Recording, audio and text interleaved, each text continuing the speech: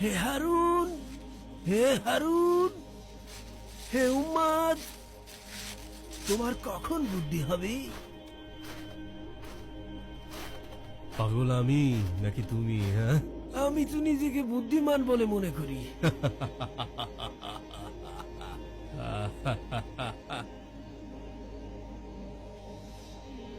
তোমার আবার কবে থেকে বুদ্ধি আসা শুরু করলো? হ্যাঁ,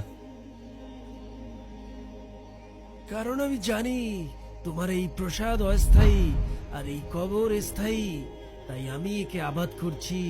কিন্তু তুমি তোমার প্রসাদকে আবাদ করে এই কবর স্থানকে আবাদ করছো না। তাই তুমি আবাদী স্থান হতে অনাবাদী স্থানে যেতে চাইছো না, অথচ তুমি জানো সেই স্থানে তোমাকে যেতেই হবে।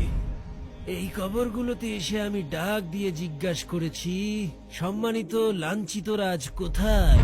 রাজত্বের কারণে দাম্ভিক ব্যক্তিগণ আজ কোথায়? কোথায় আজ অহংকারী প্রশংসিত ব্যক্তিগণ? হারুন, তোমার এই কাজগুলো কি পাগলামো নয়?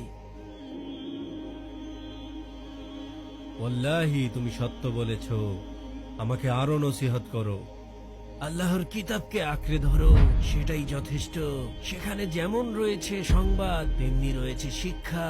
তোমার কোনো প্রয়োজন থাকলে বলো, আমি পূরণ করে দেব। হ্যাঁ, 3টি প্রয়োজন যদি পূরণ করে দিতে পারো, ধন্যবাদ পাওয়ার উপযুক্ত হবে। বলো তাহলে।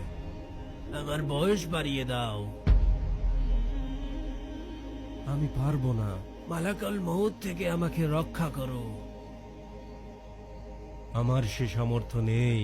আমাকে জান্নাতে প্রবেশ করাও, জাহান্নাম থেকে বাঁচাও। আমার সে শক্তি নেই।